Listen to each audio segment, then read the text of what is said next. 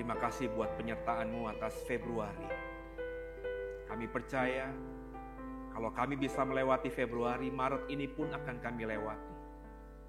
Dan berkat tertinggi yang kami dapatkan di Februari pasti kami akan terima di Maret ini berkali lipat ganda.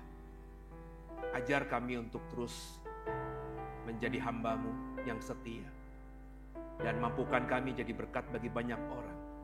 Sehingga dalam hidup kami ini, nama-Mu lah yang dipermuliakan. Bicara kepada kami, ajar kami kebenaran. Kami siap diberkati. Yang siap diberkati katakan dengan iman. Amin. Silakan duduk kekasih Tuhan, biji mata Tuhan. Shalom semuanya. Senang bersama dengan saudara. Masih dalam rangkaian pengajaran seri panjang sepanjang 2025 yakni kembali pulang. Saya mengajar di Januari tentang bagaimana kita harus menyikapi soal surga. Sebab surga itu adalah mimpi setiap kita, iman setiap kita. Dan saya sudah mengajarkan bahwa surga bukan bicara soal nanti. Surga bukan bicara soal yang jauh. Surga itu bicara sekarang. Surga itu bicara tentang dekat.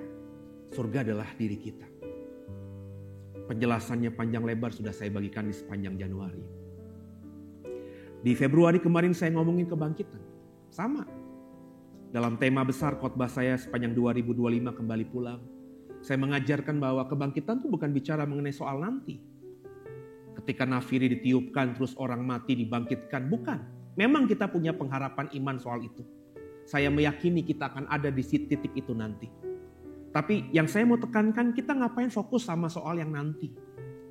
Saya mengajak semua untuk fokus pada saat ini.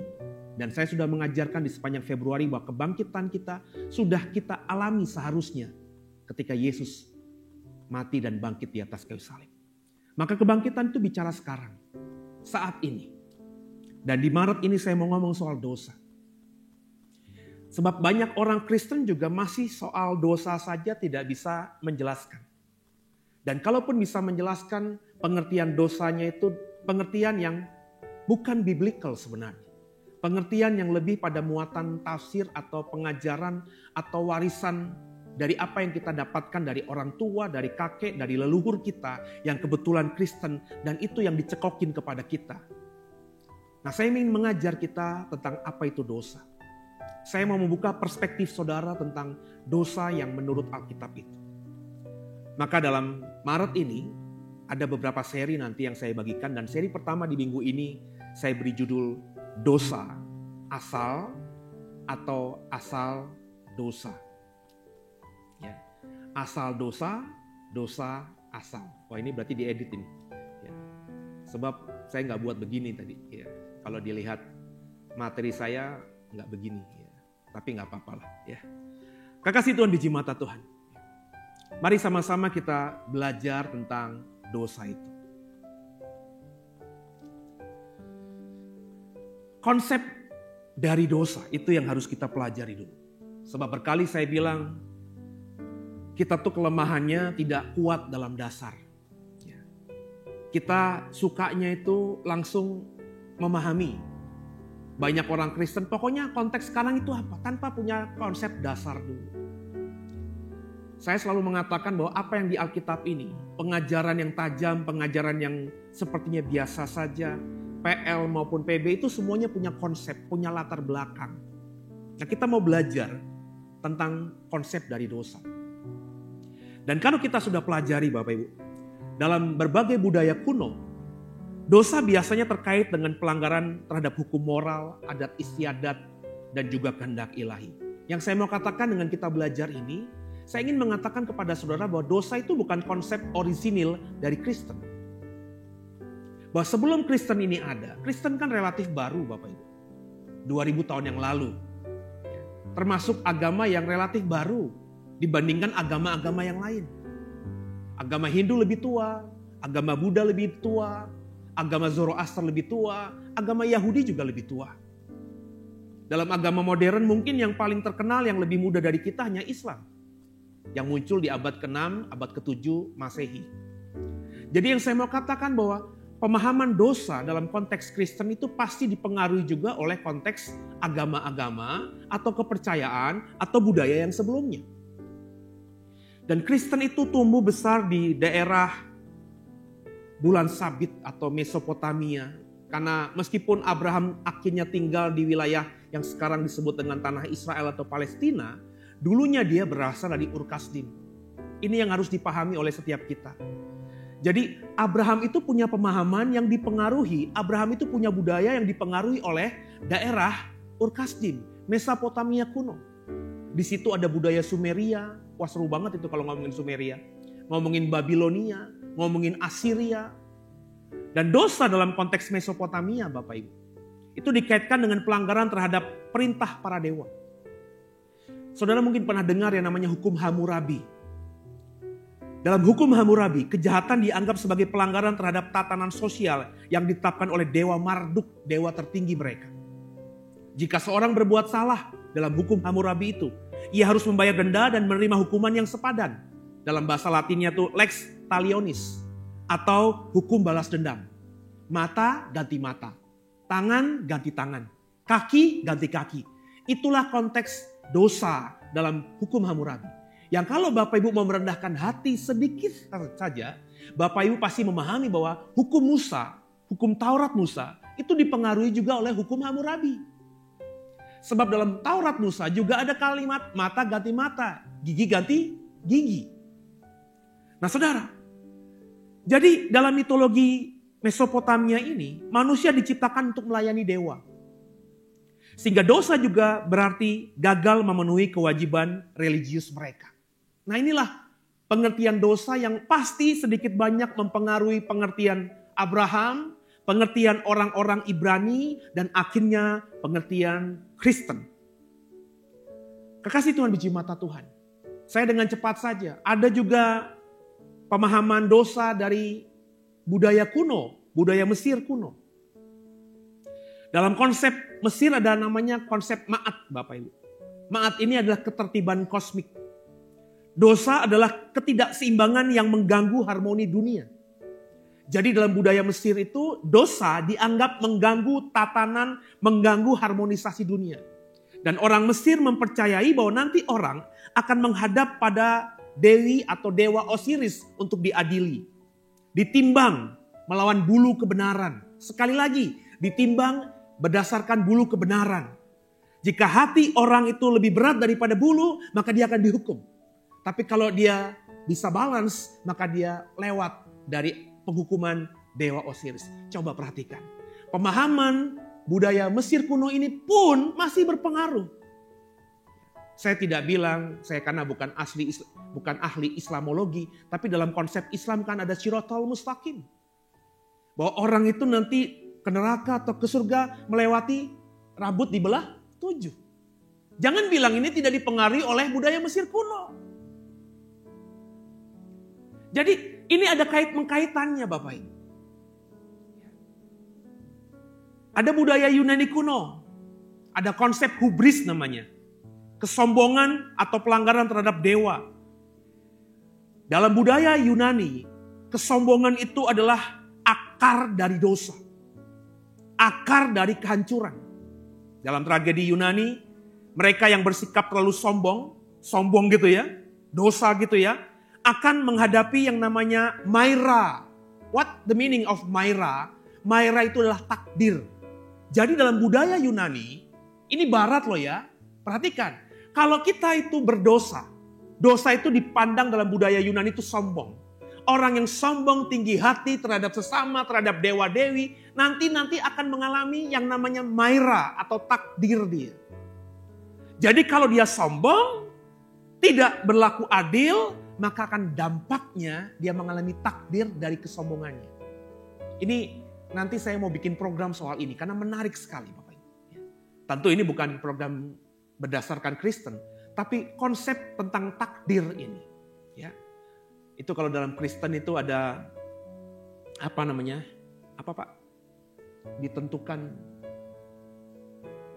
sebelum kita lahir itu. Oh tiba-tiba ngeblank ya? Bukan. Hah? Predestinasi. Ada kan konsep itu. Dan jangan bilang ini tuh konsep predestinasi yang dipahami oleh Kristen itu tidak dipengaruhi oleh apa yang disebut dengan Yunani kuno, budaya Yunani kuno. Kenapa? Yunani kuno lebih tua dari Kristen. Logikanya begitu aja. Yang lebih tua itu pasti akan mempengaruhi yang lebih muda gitu loh Bapak Ibu. Kemudian kita belajar Hindu Buddha. Ada yang disebut dengan karma. Ini mirip dengan Mairanya Yunani.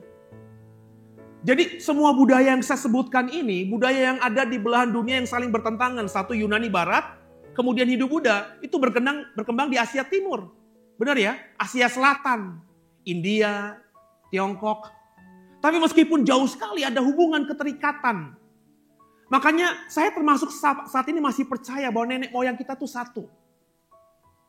Karena meskipun Tiongkok, India itu ada di Asia, Yunani itu ada di Eropa Utara sana, faktanya budaya mereka itu mirip, ada kemiripan lah paling tidak. Dari mana coba kalau ada kemiripan? Logika paling sederhananya berarti kita bisa menafsirkan dulunya memang mereka satu. Ya dalam konteks Alkitab, gara-gara menara Babel itu kan, budaya yang satu itu akan terserak kemana-mana. Makanya di dalam budaya Indonesia juga ada pemahaman seperti ini. Coba perhatikan, budaya Nusantara. Jadi yang saya mau katakan konsep dosa itu sudah ada Bapak Ibu. Sudah ada dalam dunia kuno. Dalam kepercayaan kuno, pada umumnya dipahami sebagai pelanggaran terhadap tatanan sosial dosa itu. Pelanggaran terhadap kehendak ilahi. Pelanggaran terhadap hukum kosmis yang membawa pada konsekuensi negatif. Itulah konsep dosa yang saya pelajari sedikit dari budaya kuno. Yang saya mau ketekankan bahwa konsep dosa itu meskipun masih primitif ya, sudah ada dalam budaya yang lebih tua daripada Alkitab kita. Nah tentu itu sekarang ini kita mau coba ukur dalam ukuran yang kita imani sebagai kebenaran firman Allah. Maka untuk memahami dosa, selain kita sudah lihat konsepnya tadi, dipengaruhi oleh konsep yang kuno yang sudah ada, kita mau belajar tentang apa sebenarnya makna kata dosa dalam Alkitab kita. Dalam bahasa Ibrani ada kata, lucu nih. Dalam bahasa Yunani ada kata Ibrani kata. Kata ini adalah kata Ibrani yang paling sering diterjemahkan menjadi dosa dalam konteks perjanjian lama.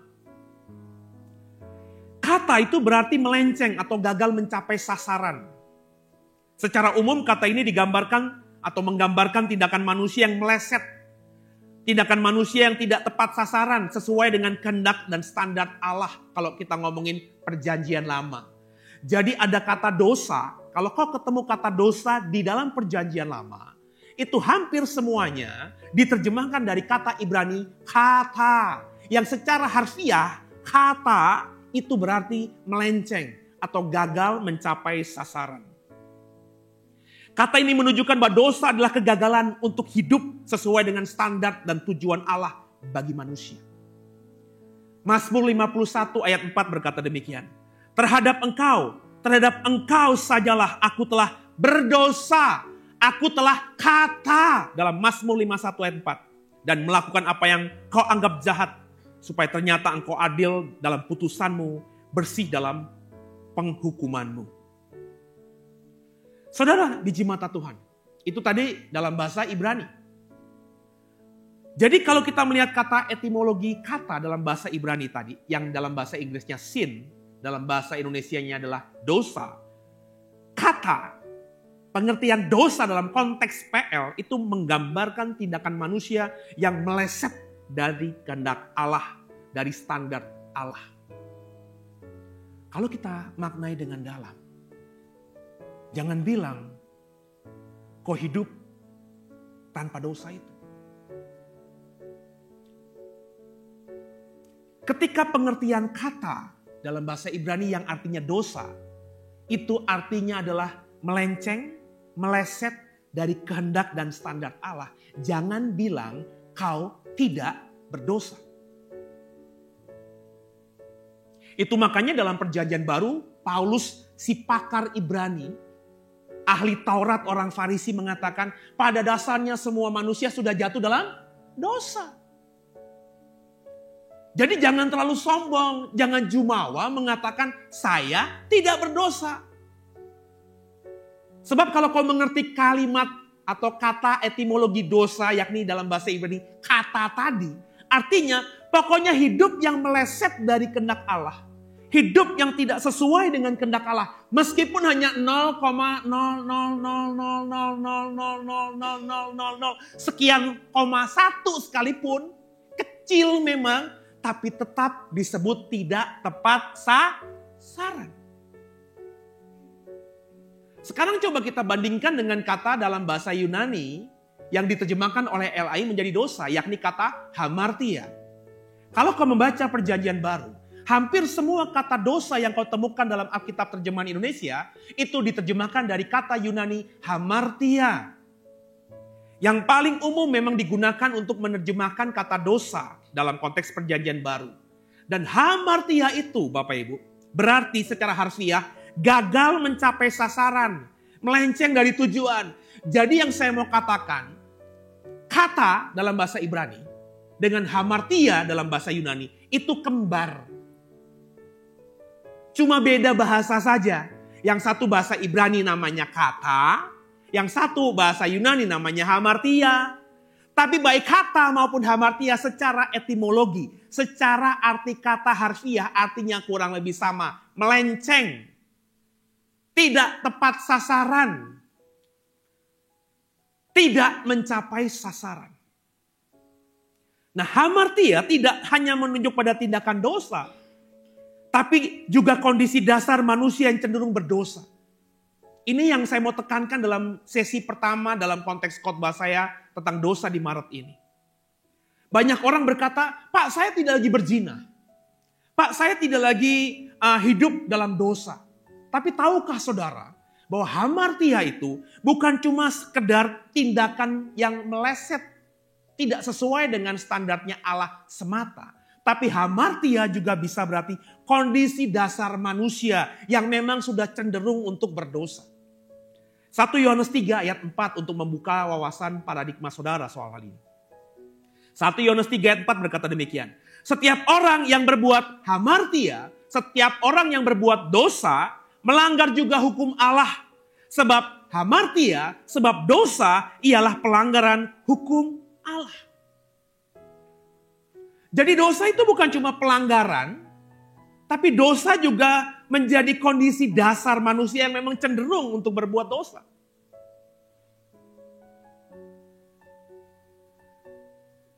Jadi kata hamartia Bapak Ibu menunjukkan kondisi dosa dan kegagalan manusia untuk hidup dalam standarnya Allah. Makanya saya selalu berkata gini, kalau kau mau tahu apakah dirimu berdosa apa tidak, saudara itu harus paham dulu panggilan saudara menjadi manusia itu apa. Your calling itu apa. Sebab kalau kau tidak tahu callingmu, panggilanmu, jadi ukurannya tuh abu-abu. Kalau saya misalnya dipanggil untuk menjadi manusia, sepanjang hidup saya diperintahkan untuk menjadi pelayan Tuhan, menjadi guru, menjadi pendeta, menjadi hamba Tuhan, whatever lah sebutannya. Berarti kan lebih objektif gitu. Saya bisa menilai diri saya dengan benar. Kalau saya tetap tepat sasaran sebagai seorang pelayan Tuhan, pendeta sepanjang umur saya semakin bisa mawas diri, saya sudah berdosa apa tidak. Problemnya banyak orang yang tidak mau tahu panggilannya apa. Karena memang kalau tidak tahu panggilannya apa, dia lebih, apa kalimatnya? Dia lebih sulit diukur berdosa apa tidaknya. Jadi pengusaha gagal, ya saya soalnya masih meraba-raba Pak. Jadi pelayan Tuhan gagal, ya karena saya juga mungkin panggilannya bukan ini Pak. Jadi ada argue, ada alasan, ada apologet, ada argumentasi untuk berkata bahwa saya salah, tapi sebenarnya saya memang tidak tahu. Tapi kalau orang tahu panggilannya apa? Saya dipanggil Allah menjadi manusia untuk berperan sepanjang hidup saya menjadi dokter. Ukurannya jelas. Kalau dia berarti tidak jadi dokter, ya berarti berdosa.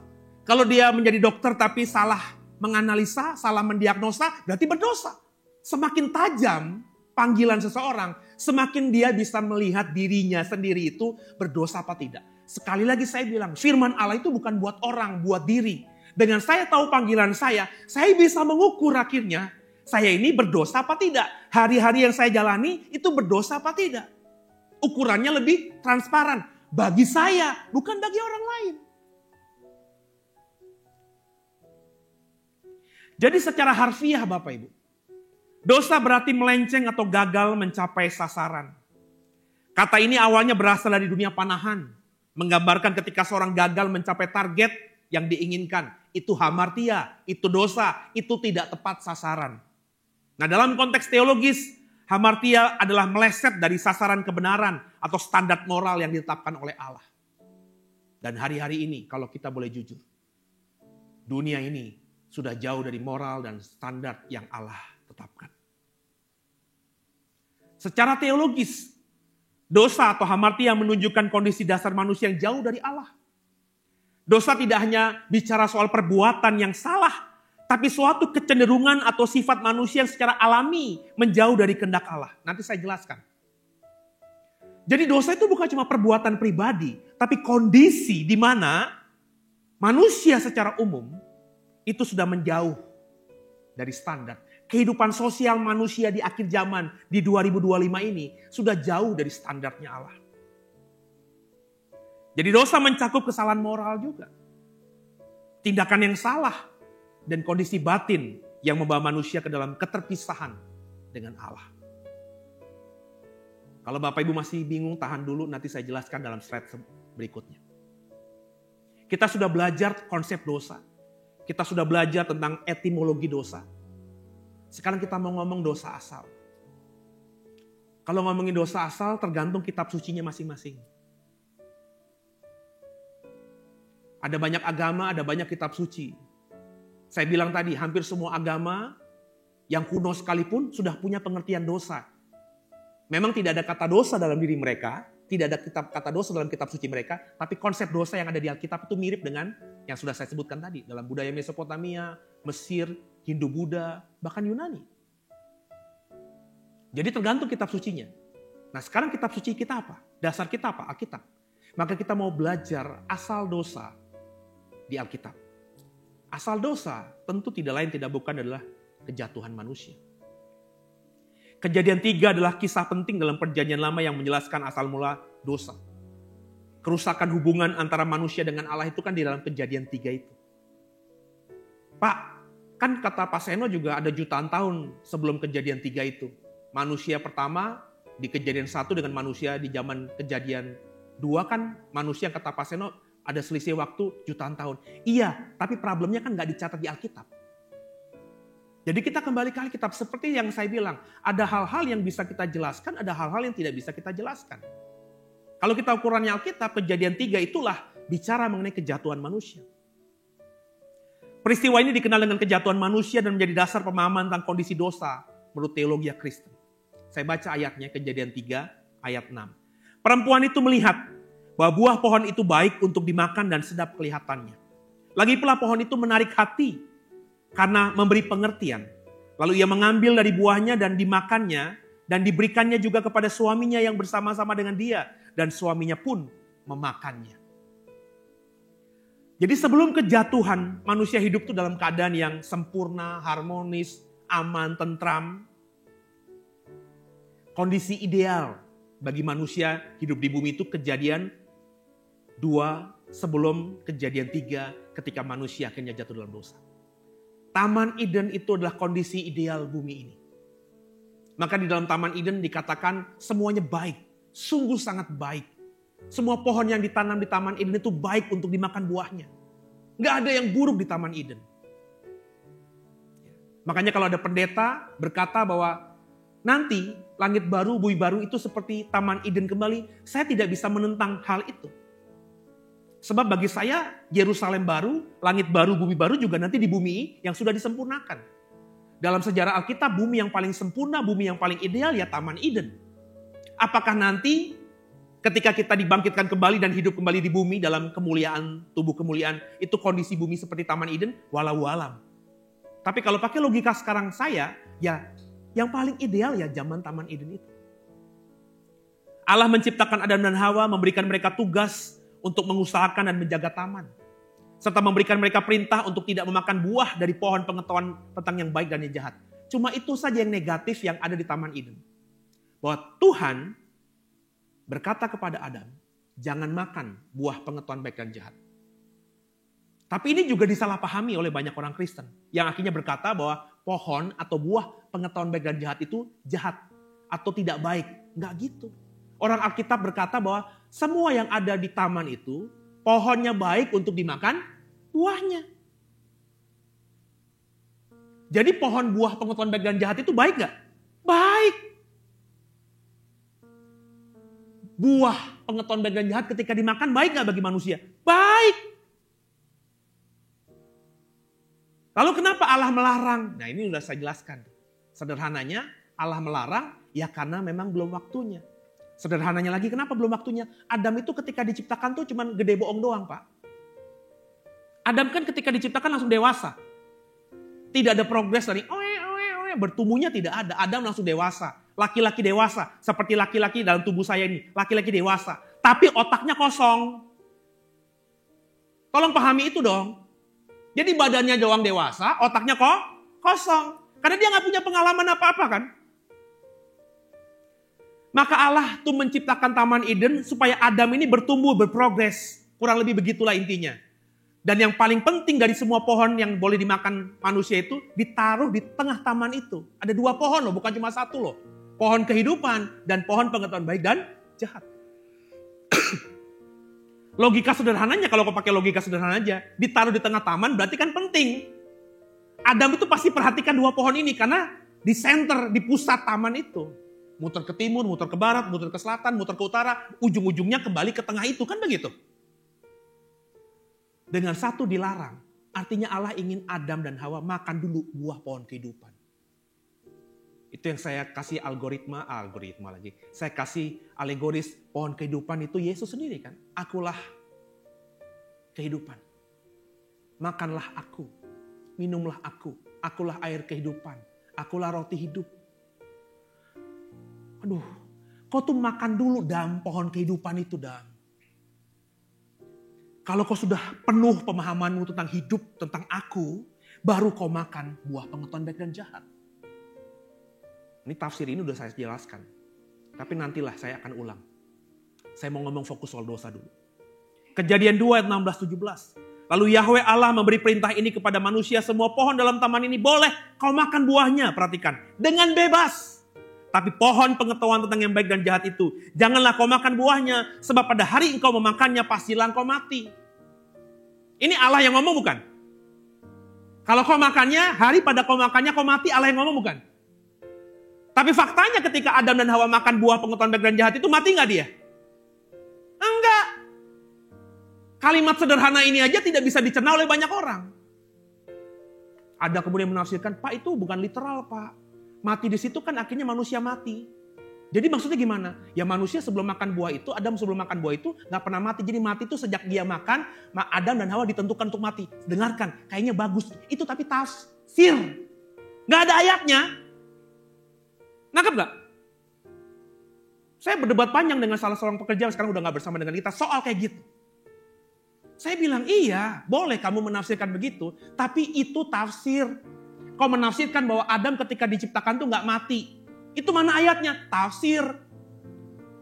Jadi mati dalam ayat ini, dalam Kejadian 2 ayat 16-17 itu bukan mati langsung. Tapi dalam kondisi pas makan ditentukan untuk mati. Matinya masih nanti. Padahal Allah mengatakan pada hari kau memakannya, pastilah kau mati. Tapi gak mati. Kalau itu mau ditafsirkannya bukannya literal tapi simbolis, maka semuanya harus simbolis. Begitu dong. Makanya menafsirkan Alkitab itu ya tidak semudah membalikkan telapak tangan Bapak Ibu. Ada ilmunya. Nanti Maret ini saya mengajar ya soal bagaimana menafsirkan Alkitab, membaca Alkitab, tapi hanya untuk membership dari YouTube WBSD. Saya bikin toolsnya, materinya, spesial. Ya. Terus nanti kita ketemu di dalam aplikasi Zoom untuk interview atau untuk tanya jawab, untuk diskusinya. Jadi perintah ini mengandung pilihan, kehendak bebas bagi manusia. Allah menginginkan ketaatan dari manusia, tapi tidak memaksanya. Manusia ketika awal diciptakan memang sudah dengan free will Bapak Ibu. Pohon pengetahuan menjadi ujian kesetiaan Adam. dan Hawa kepada Allah. Apakah ia mau taat apa tidak? Jadi dosa asal manusia itu adalah melanggar perintah Allah dengan memakan buah pengetahuan baik dan jahat. Jadi kalau ditanya, konsep Kristen itu dosa asal itu apa? Ya ini. Sebab inilah yang paling awal dicatat Alkitab kita tentang asal dosa. Kejadian 3. Yang dilakukan ekspresi dari dosa itu apa? Kenapa Adam berdosa di sini? Kenapa disebut berdosa? Karena kalau kita merunut Kejadian 3 itu, Adam memilih mengikuti mau dirinya. Di sini godaan berupa keinginan menjadi seperti Allah itu loh. Boleh nggak menjadi seperti Allah? Halo? Banyak orang bilang nggak boleh, tapi kalau bagi saya boleh. Orang buktinya banyak orang Kristen menyanyi kok. Ku mau sepertimu Yesus. Yesus berkata aku dan Bapa adalah satu. Berarti kan mau seperti Allah, mau seperti Yesus juga mau seperti Allah kan. Masa mau menjadi seperti Allah dengan niat hidup tulus, kudus, supaya bisa berdampak jadi garam dan terang bagi dunia nggak boleh? Harus dong. Jadi masalah dosa itu bukan mau menjadi seperti Allah. Faktanya ketika Allah mengatakan jangan makan buah pengetahuan baik dan jahat, ya. Terus iblis berkata, enggak, kau nggak akan mati. Justru kalau kau makan buah pengetahuan baik dan jahat, kau akan seperti Allah, tahu mana yang baik dan mana yang jahat. Dan ketika Adam dan Hawa makan itu, benar nggak mereka tahu yang baik dan jahat? Iya. Saya bilang tadi Adam tuh gede bohong doang, tapi otaknya masih kosong. Makanya ketika dia hidup dengan otak masih kosong tadi, dia kemana-mana telanjang, dia bermasalah nggak? Nggak masalah. Sudah ada Hawa belum ketika dia telanjang bugil begitu? Sudah ada, tapi tidak ada pikiran apa-apa. Sama kalau bayi-bayi kita, bapak ibu punya bayi perempuan, bayi laki-laki, dijembrengin, telanjang semuanya. Mereka mikir macam-macam nggak? Ada yang bilang mukanya jadi merah, aduh malu papa. Ada nggak kira-kira bayi begitu? Nggak ada, polos saja mereka. Jadi ketika Adam tahu baik dan jahat itu, ekspresinya apa kalau kita baca Kejadian?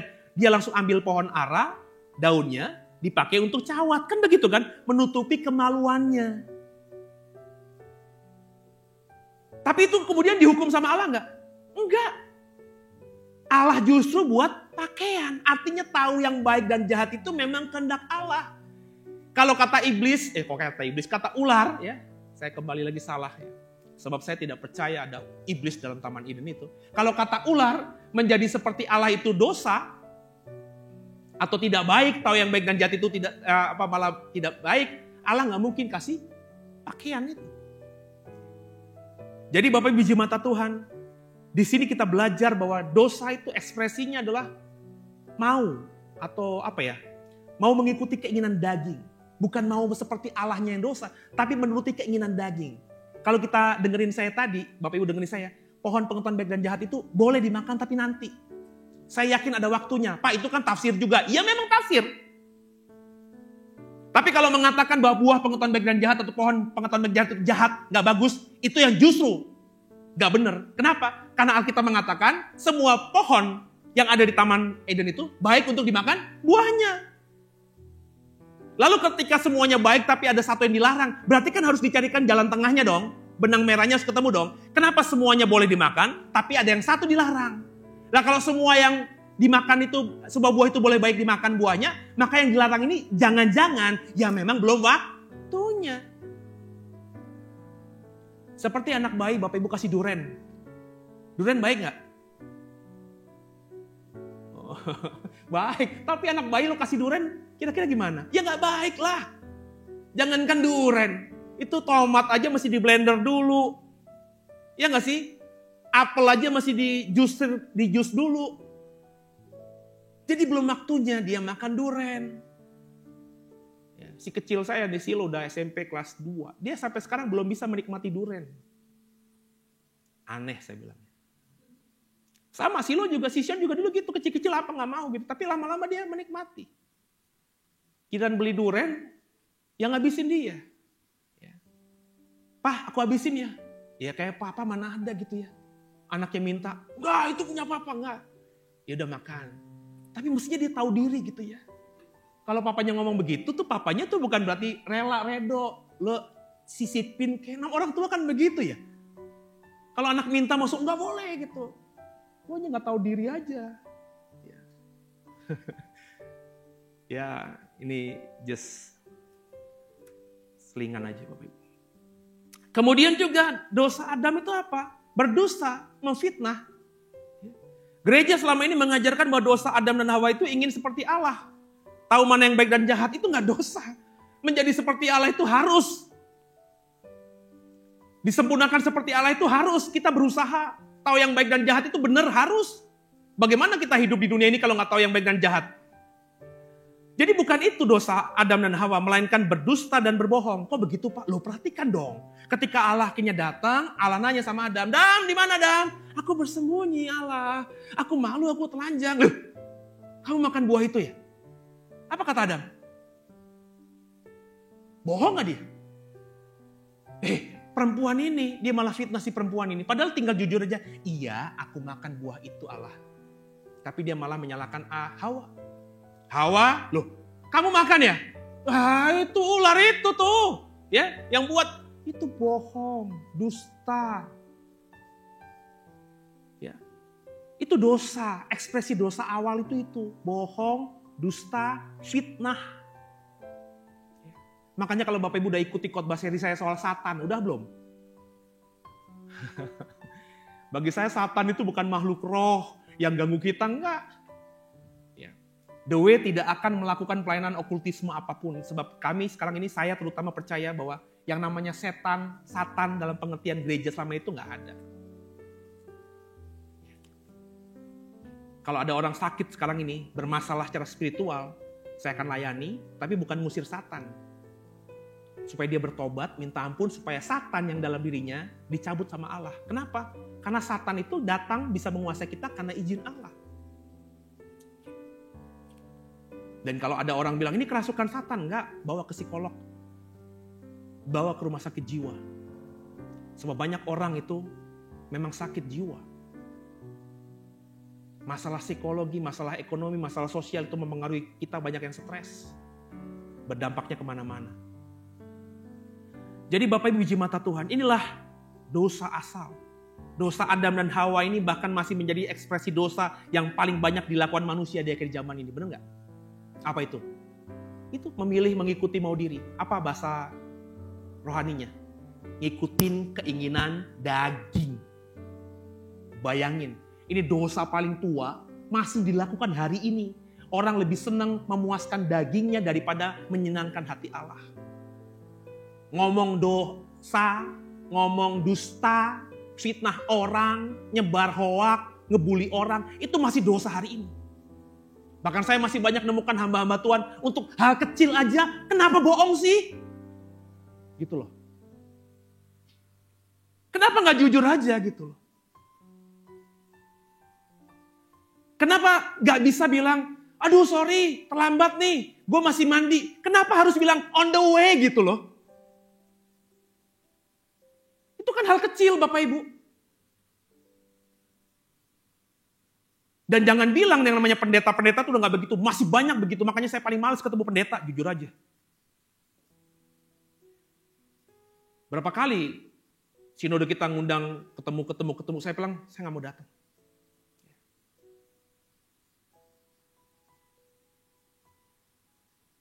Bukan gak mau bersosialisasi. Tapi tujuannya apa? Kalau cuma kumpul-kumpul doang, ngasih informasi, ini nomor alamat sinode, ini aturan sinode, kenapa nggak Zoom aja gitu loh? Kenapa harus datang gitu, dipaksa datang gitu loh? Yang ada apa nanti? Kumpul-kumpul foto-foto, itu doang saudara. Ya, ujung-ujungnya foto-foto.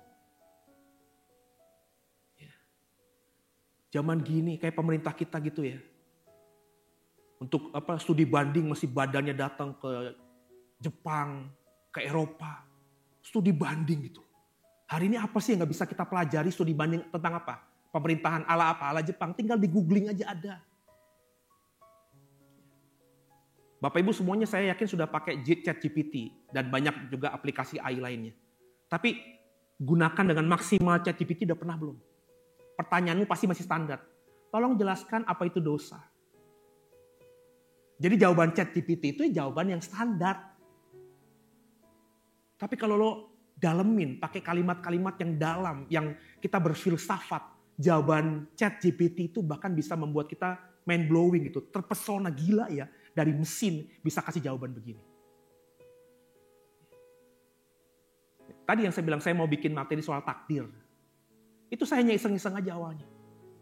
Karena memang kan dalam konsep Kristen tuh takdir tidak terlalu ditekankan. Saya pengen tahu aja pemahaman dunia tentang takdir itu apa. Ada kali kurang lebih satu zaman, saya tanya lagi jawabannya, kemana-mana gitu. Dari tidak tahu apa-apa soal takdir, tentang ajaran takdir dalam budaya-budaya kuno, saya jadi tahu banyak. Jadi kalau pemerintah kita sekarang ini bilang, kunjungan kerja itu nggak usah ada lagi, saya sepakat. Nah sekarang kita ngomongin soal apa lagi? Kutuk dosa.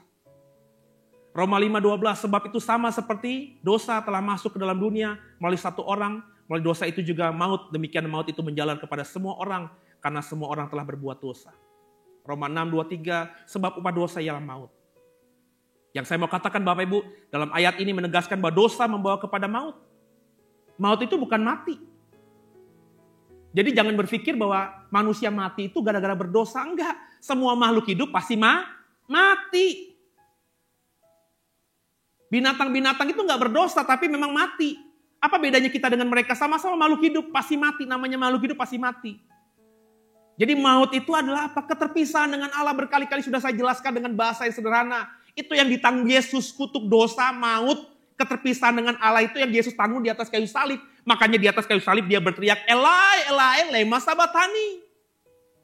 Kenapa kau tinggalkan aku? Mengalami keterpisahan dari Allah, dari Bapaknya. Itu yang Yesus takutkan di Getsemani. Sampai akhirnya Alkitab kita mencatat keringatnya seperti butiran-butiran darah. Jadi kalau saudara sekarang merasa bahwa saya nggak peduli Allah, saudara merasa nggak penting tentang Allah, ya berarti saudara memang sudah terikat dengan maut.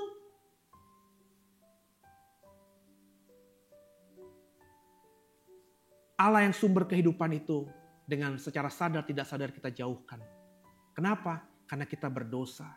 Karena upah dosa yakni maut sedang kita pikul. Padahal logikanya, sederhananya nggak bisa lagi menguasai kita. Why?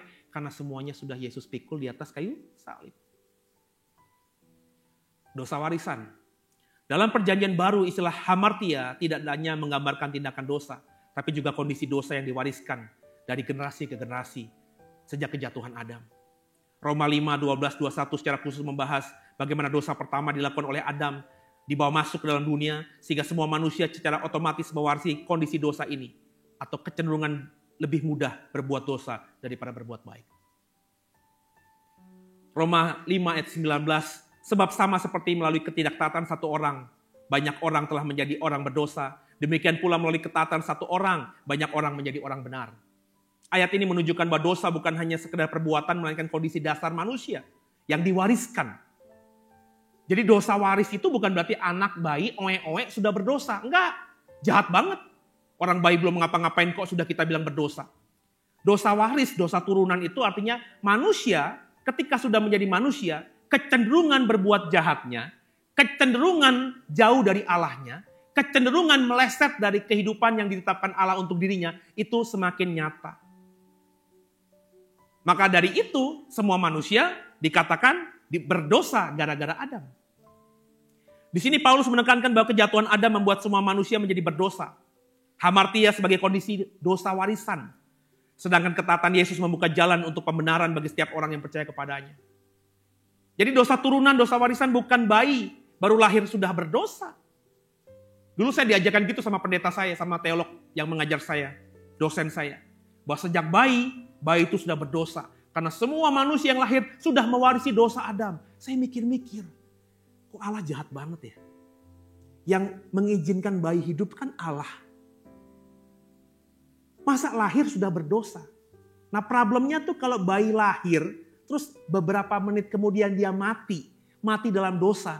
Dia gak sempat bertobat. Gimana sempat bertobat? Orang dia belum tahu mana yang baik dan mana yang jahat. Wah saya sempat berdebat panjang itu. Saya dulu cuma pakai logika doang. Gak punya argumentasi Alkitab apa-apa. Tapi sekarang saya mengajar saudara, bayi lahir itu tidak mewarisi dosa. Jadi bayinya orang Muslim, bayinya orang Buddhis, bayinya orang Hindu, bayinya orang ateis, kalau dia bayi, terus tidak dapat kesempatan hidup, sebelum dia tahu mana yang baik dan mana yang jahat, dia mati dalam kekudusan. Sebab dosa warisan itu bukan dosa yang diwariskan secara langsung begitu.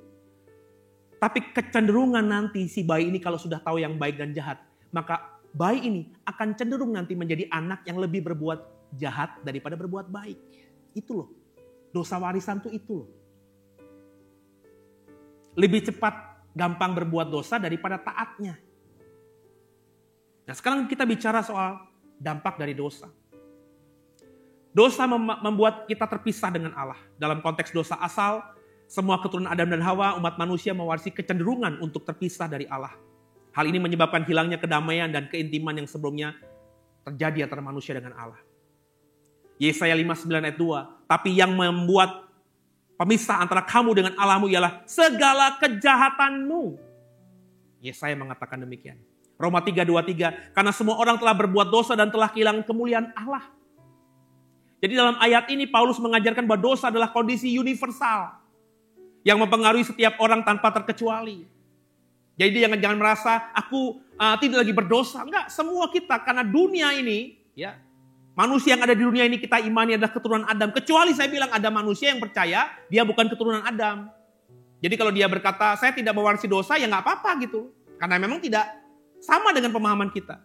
Tapi kalau manusia merasa semuanya keturunan Adam, maka kecenderungan berbuat dosa itu dimiliki setiap manusia. Tidak ada satu manusia pun yang mencapai kemuliaan Allah dalam kondisi mereka yang sudah berdosa ini.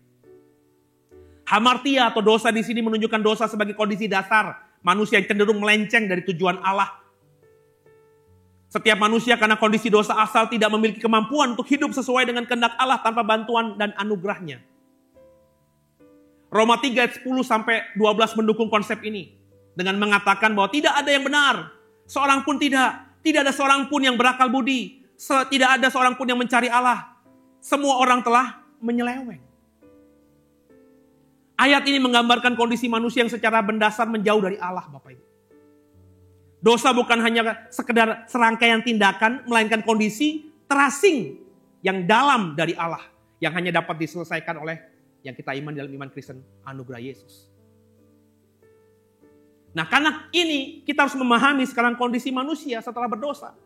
Keadaan manusia yang jatuh dosa, semakin jauh dari hadirat Allah, semakin terpisah dengan Allah, dan ini mengakibatkan manusia semakin jauh jatuhnya ke dalam dosa, semakin tak bisa keluar dari dosa.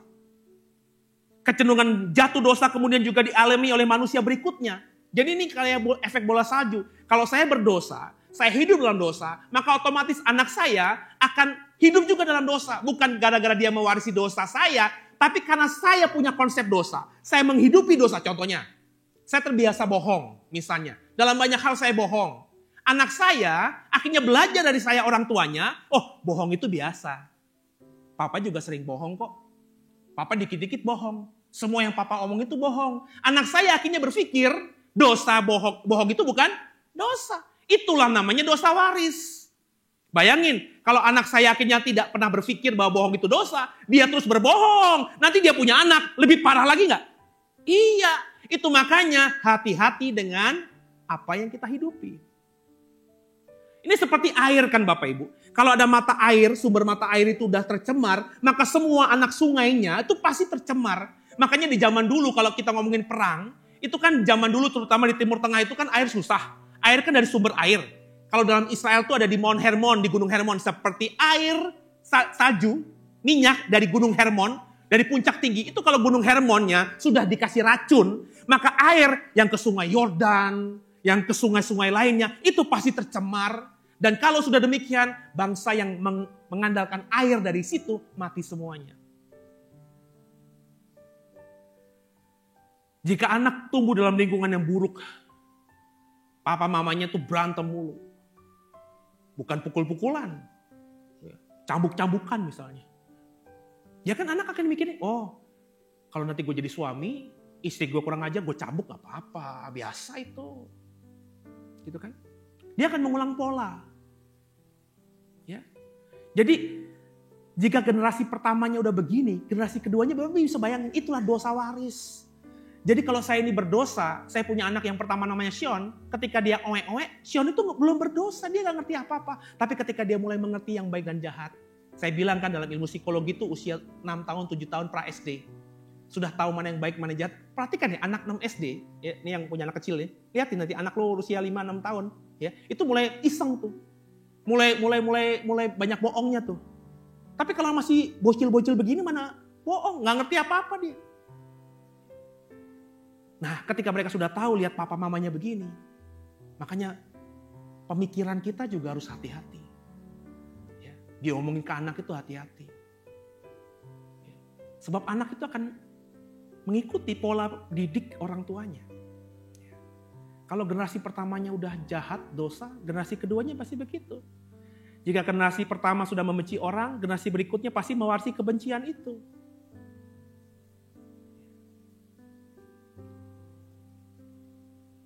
Kalau generasi pertama yakni kita orang tuanya nggak toleran dengan orang yang beragama lain, anak kita akan tumbuh begitu juga.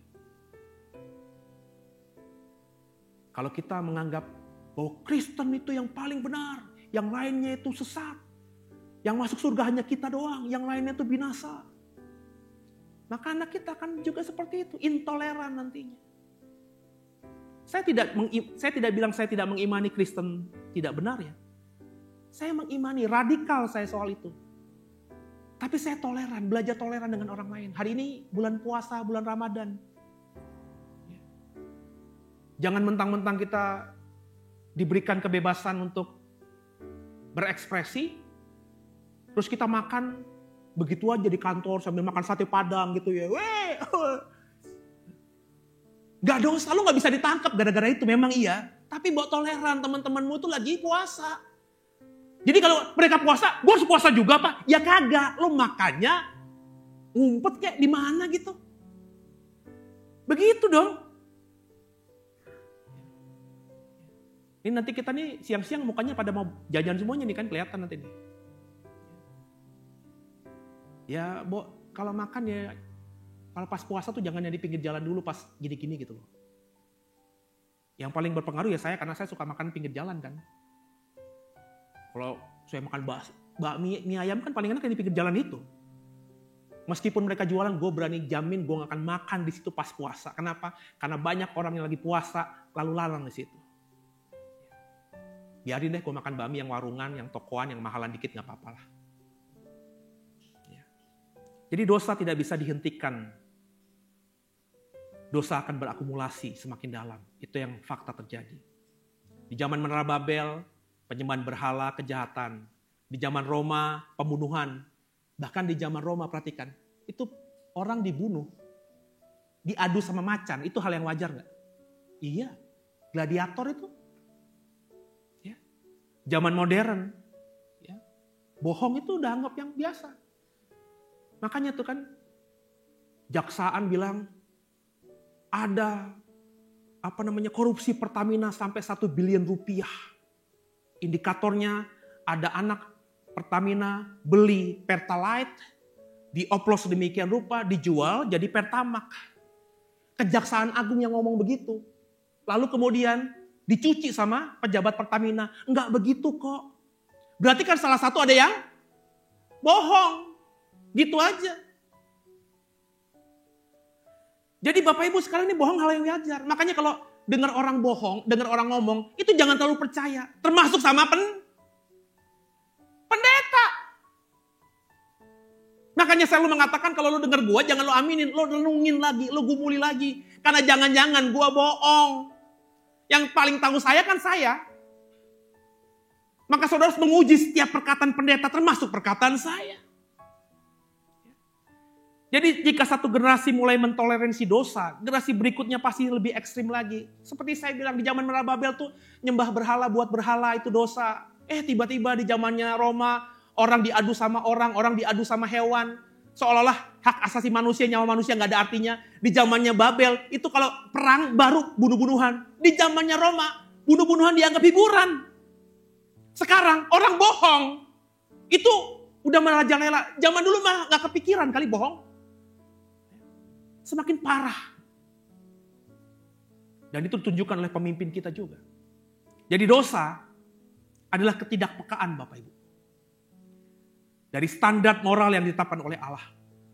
Dosa dimulai dari Taman Eden, yakni melanggar perintah Allah dengan makan buah pengetahuan baik dan jahat. Sejak itulah manusia mengalami kutuk dosa yang maut, mengalami keterpisahan dengan Allah. Dan apa yang dialami manusia karena dosa akhirnya juga dialami oleh generasi seterusnya. Gara-gara Adam, ya, cuma apa tadi kalau ngomongin dosanya? Adam itu dosanya egois, mau mementingkan diri sendiri. Dibilang jangan dimakan, dimakan gitu kan. Terus dia bohong, dia dusta, dia fitnah begitu kan. Generasi berikutnya apa? Ngebunuh. Lebih parah. Jadi semakin hari menunjukkan bahwa dosa semakin semakin dalam. Bukan karena kebetulan. Tapi karena proses bertahap melalui faktor teologis, psikologis, sosial yang saling berkaitan.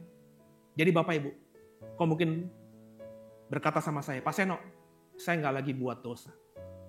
Mungkin benar. Kau tidak lagi mau buat dosa dengan sadar. Tapi dengarkan saya. Meskipun kau tidak berbuat dosa dengan sadar, kau ada di lingkungan yang sudah penuh dengan dosa. Makanya kita lebih berat. Saya sering kali dicurhatin banyak orang yang statusnya pengusaha. Pak Seno, kalau kita nggak suap, kalau kita nggak main di bawah meja, kita nggak mungkin hidup, Pak. Perusahaan kita nggak mungkin jalan, Pak. Saya nggak bilang begini. Wah, kan ada undang-undangnya, Pak. Diproses aja, Pak. Sekarang diproses semuanya butuh uang. Saya sampai bilang kemarin di podcast. Saya bilang, jemaat kami ada polisi. Tapi kalau kau lihat status-status saya benar-benar muak sama kepolisian.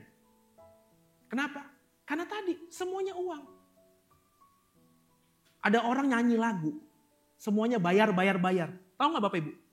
Itu sampai dia bikin video take down semua tadi. Apa kalau nggak diancam coba? Nggak mungkin nggak diancam, pasti diancam. Terus Kapolri, pemimpin tertinggi ngomong apa? Wah itu pasti salah paham aja. Nanti kita jadi agen kebebasan. Kita kan begitu. Kalau punya masalah jadi agen gitu. Maafkan saya ngomong sebagai pendeta nih. Padahal Kapolrinya agamanya apa? Miris gak? Makanya jangan mimpi, jangan cuma mikir kalau pilih pemimpin tuh Kristen. Saya nih hamba Tuhan, saya berani mempertanggungjawabkan omongan saya. Karena banyak orang cuma beragama doang. Maka dimanapun kau berada, jadilah orang yang berani pegang teguh kebenaran. Sebagai polisi, tentara, pegawai negeri, pejabat, di legislatif, di yudikatif, di eksekutif, trias politika. Kalau kau anak Tuhan, anaknya Yesus, jadilah terang dan garam di sana. Kalau berbeda nanti dimusuhi, ya biasa. Gak mungkin gak dimusuhi, pasti dimusuhi. Semoga Bapak Ibu diberkati, paham tentang asal dosa, dan paham tentang dosa asal. Minggu depan kita dalami lagi, supaya kita bisa lepas dari keterikatan ini bagaimana sih. Saya akan bagikan semuanya untuk saudara. Haleluya, terpujilah nama Allah. Amin. Makasih.